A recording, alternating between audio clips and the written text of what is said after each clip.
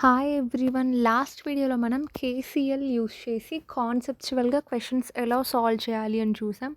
So ఈ వీడియోలో KCL like nodal analysis use చేసి క్వశ్చన్స్ ఎలా సాల్వ్ చేయాలి అని చూద్దాం. ఫస్ట్లో దీనికి కావాల్సిన కాన్సెప్ట్ గురించి ఈ వీడియోలో చూద్దాం. అండ్ ఇన్ నెక్స్ట్ వీడియో దీని మీద క్వశ్చన్స్ కూడా డిస్కస్ చేస్తాను. ఫస్ట్ ఈరోజు మనం డిస్కస్ చేసే టాపిక్ వచ్చేసి nodal analysis or nodal voltage analysis. In order to solve problems regarding this nodal analysis or nodal voltage analysis there is a technique called as source transformation technique. ఎప్పుడు కూడా మనం nodal analysis or nodal voltage analysis use చేసి problem solve చేయాలి అంటే మనం ఈ source transformation technique గురించి నేర్చుకోవాలి. అంటే ఇప్పుడు నీకు వోల్టేజ్ రెసిస్టర్ ఉందనుకో ఇచ్చిన సర్క్యూట్లో, దాన్ని మనం తీసేయాలి. దాని ప్లేస్లో మనం కరెంట్ రెసిస్టర్ని ఇన్వాల్వ్ చేయాలి. అది ఎలాగా అనేది ఈ కాన్సెప్ట్ అనమాట. అంటే ఎప్పుడు కూడా ఈ వోల్టేజ్వి కనిపించకూడదు, కరెంట్ టర్మ్సే కనిపించాలి అన్నీ ఈ నోడల్ అనాలిసిస్ యూస్ చేసి క్వశ్చన్ సాల్వ్ చేయాలి అంటే. So theoretically any voltage or current source its inner resistance is zero.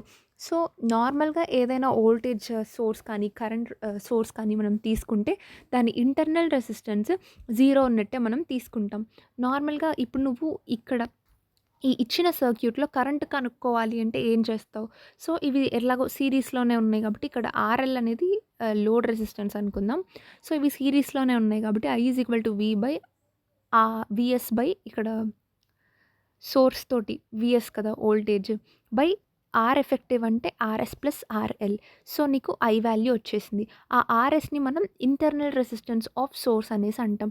So ఇప్పుడు దీన్ని నువ్వు కరెంట్ సోర్స్లోకి, అంటే ఇప్పుడు నీకు వోల్టేజ్ సోర్స్లో ఉంది కదా, దీన్ని మనం కరెంట్లోకి ఎలా కన్వర్ట్ చేస్తాం అనేది ప్రాబ్లం అనమాట. సో మనకి వోల్టేజ్ ఇచ్చినప్పుడు కరెంట్ కనుక్కోవడం తెలుసు కదా, ఎట్లాగా V is equal to IR use చేసి. ఇప్పుడు నీకు ఇక్కడ ఏముంది VS which is equal to I into RS. ఇప్పుడు నీకు ఐఎస్ కావాలి అంటే ఏంటి, విఎస్ బై ఆర్ఎస్ఏ కదా. సో దీన్ని మనం ఎట్లా రాసుకోవచ్చు అంటే మనకేం తెలుసు, VS is equal to IS into RS, IS is equal to VS by RS. కాబట్టి ఇప్పుడు ఏంటి, ఇవి సిరీస్లో ఉన్నాయి. దీన్ని మనం ఎట్లా కన్వర్ట్ చేయొచ్చు అంటే విఎస్ బై ఆర్ఎస్ అంటే ఏంటి, ఇంకా కరెంటే కదా. సో ఐఎస్, దీన్నే మనం ఇలా గీస్తాం. ఐఎస్ ఇంకా నీ రెసిస్టెన్స్ ఆర్ఎస్ ఉంటుంది. ఇప్పుడు నీకు మళ్ళీ విఎస్ కావాలి అంటే IS is equal to VS by RS, VS equal to IS into RS. అలా ఒక ఫామ్ నుండి ఇంకొక ఫామ్లోకి కన్వర్ట్ చేయొచ్చు కదా. సో ఇన్ సింపుల్ టర్మ్స్ చూడండి, ఇక్కడ మనకి వోల్టేజ్ ఉందా, రెసిస్టర్ ఉందా, ఇవి రెండు సిరీస్లో ఉన్నాయి. సోర్స్ ట్రాన్స్ఫర్మేషన్ చేయాలి అంటే ఆ వోల్టేజ్ ప్లేస్లో ఐఎస్ పెట్టేయండి, విఎస్ ప్లేస్లో ఐఎస్, ఈ ఆర్ఎస్ ఇక్కడ సిరీస్లో ఉన్నదాన్ని ఇక్కడ ప్యారలల్లో పెట్టేసేయండి, సింపుల్గా అయిపోతుంది. సో ఇలా మనం సోర్స్ ట్రాన్స్ఫర్మేషన్ అనేది చేస్తాం. ఈ ఒక్క పాయింట్ చాలా ఇంపార్టెంట్. అంటే ఇనీషియల్గా విఎస్ సిరీస్లో ఉన్నది ఐఎస్ ప్యారలల్లోకి వెళ్ళిపోతుంది. అంటే ఇప్పుడు ఇక్కడ సిరీస్లో ఉంది కదా, ఇట్లా ప్యారలల్గా కనిపిస్తుంది కదా. సో అలా కన్వర్షన్ చేస్తాం. దీన్నే మనం సోర్స్ ట్రాన్స్ఫర్మేషన్ టెక్నిక్ అంటాం. సో ఈ ట్రాన్స్ఫర్మేషన్ చేసినా సరే మనకి, అంటే చేసినా చేయకపోయినా ఐవిపి కరెంట్, వోల్టేజ్, పవర్, ఈ 3 ఎలిమెంట్స్ అయితే సేమే ఉంటాయి అన్నమాట. ఇప్పుడు మనం ఒక క్వెషన్ డిస్కస్ చేద్దాం. లైక్ న్యూమరికల్ టర్మ్స్ ఏం లేకుండా కాన్సెప్చువల్గా ఒక క్వెషన్ డిస్కస్ చేసి దాని తర్వాత న్యూమరికల్స్ ఉన్నప్పుడు ఎలా చేయాలి అనేది చూద్దాం. సో ఇప్పుడు ఇది మన question. So this is our question. ఇక్కడ ఏంటంటే మనం ఫస్ట్ ఇచ్చిన క్వెషన్లో ఏమైనా వోల్టేజ్ సోర్స్ ఉందా అనేది చూసుకుంటాం. వోల్టేజ్ సోర్స్ లేకపోతే డైరెక్ట్ ఇంతకుముందు మనం నోడల్ అనాలిసిస్ ఎలాగైతే అప్లై చేసామో అలా చేస్తాం. ఒకవేళ నీకు కనుక వోల్టేజ్ సోర్స్ ఉంది అనుకో, దాన్ని ఈ సోర్స్ ట్రాన్స్ఫర్మేషన్ టెక్నిక్ యూస్ చేసి కరెంట్ ఫామ్లోకి కన్వర్షన్ చేసి ఆ తర్వాత క్వెషన్ని సాల్వ్ చేస్తాం. సో కాన్సెప్చువల్గా అంటే ఫస్ట్ మనం నోడల్ అనాలిసిస్ యూస్ చేసాం కదా. అంటే ఫస్ట్ పాయింట్ ఏంటి, you have to assume nodes, తర్వాత అజ్యూమ్ వోల్టేజెస్, ఆ తర్వాత నోడ్స్ని వోల్టేజ్ని అజ్యూమ్ చేసుకొని కేసీఎల్ అప్లై చేస్తాము, ఈక్వేషన్స్ రాస్తాం. 3 ఈక్వేషన్స్ వస్తాయి, 3 అన్నోన్స్ వస్తాయి. వాటిని సాల్వ్ చేస్తే వాల్యూస్ వచ్చేస్తాయి కావాల్సినవి. సో అది కాన్సెప్చువల్గా అయితే. అదే ఈ మ్యాట్రిక్స్ ఫామ్‌లో సింగిల్ స్టెప్‌లో ఎలా రాసేస్తామంటే, ఇక్కడ వాళ్ళు ఆల్రెడీ మనకి కరెంట్స్‌ని మెన్షన్ చేసుంటారు చూడు. ఇప్పుడు ఆ కరెంట్స్ ఎంటర్ అయినాయనుకో పాజిటివ్‌గా తీసుకుంటాం. ఆ కరెంట్స్ లీవ్ అయ్యాయనుకో నెగెటివ్‌గా తీసుకుంటాం. అట్లా. అంటే ఇప్పుడు నువ్వు ఇది నోడ్ 1గా అస్యూమ్ చేసుకున్నావు. ఇది నోడ్ 2గా అస్యూమ్ చేసుకున్నావు. ఇది నోడ్ 3గా అస్యూమ్ చేసుకున్నావు. సో, నోడ్ 1 దగ్గర కరెంట్స్ ఎంటరింగ్ ఏముంది? I1 ఎంటర్ అవుతుంది. I2 లీవ్ అవుతుంది. So, I1 entering, I2 leaving కదా! నోడ్ 1కి కనెక్షన్‌లో. సో, ఇప్పుడు నువ్వేం రాస్తావంటే I1 మైనస్ I2 రాస్తావు.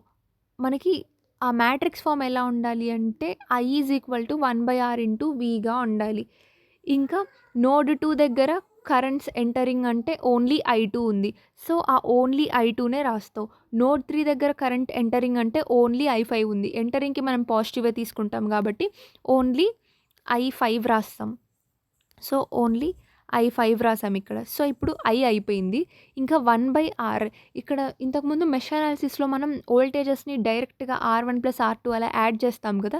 ఇక్కడ 1/R1 ప్లస్ 1/R2 అలా యాడ్ చేస్తాం. అంతే difference.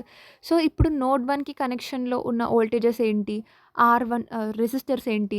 R1, R2. So, 1/R1 plus 1/R2 ఇది A11 ఎలిమెంట్. A12 అంటే 1కి 2కి కామన్‌గా ఉన్నవి. 1కి 2కి కామన్‌గా ఉన్నదేంటి? ఓన్లీ R2 మాత్రమే. సో, R2కి నెగెటివ్ సైన్ వాడతాం. -R2 ఎప్పుడు కూడా ఎక్సెప్ట్ ఈ డయాగ్నల్ ఎలిమెంట్స్ మిగిలినవన్నింటికి మనం నెగెటివ్ సైన్సే యూజ్ చేస్తాం. ఆఫ్ డయాగ్నల్ ఎలిమెంట్స్‌కి నెగెటివ్ యూజ్ చేస్తాం. ఇప్పుడు ఫస్ట్ జంక్షన్‌కి, థర్డ్ జంక్షన్‌కి కామన్‌గా రెసిస్టర్స్ ఏం లేవు. కాబట్టి A13 ఎలిమెంట్ అనేది నీకు 0 అయిపోతుంది. ఇక్కడ కింద ఇది చూసుకోండి.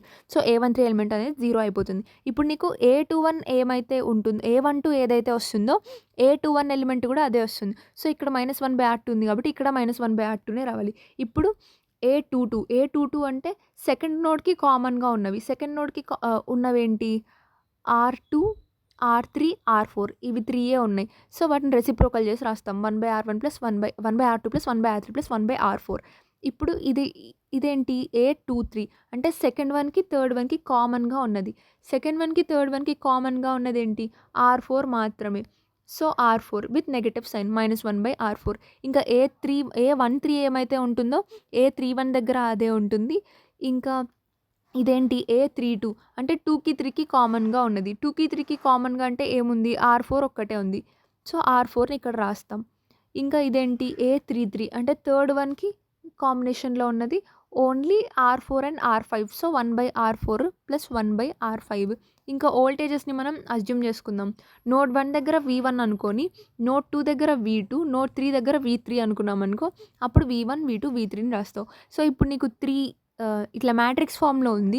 3 ఈక్వేషన్స్, 3 అన్నోన్స్ ఉంటే ఎట్లా సాల్వ్ చేయాలో తెలుసు కదా! సో, ఆ మ్యాట్రిక్స్ ఫార్మ్ యూజ్ చేస్తే మనకి ఆ కరెంట్ వాల్యూస్ అనేటివి వచ్చేస్తాయి.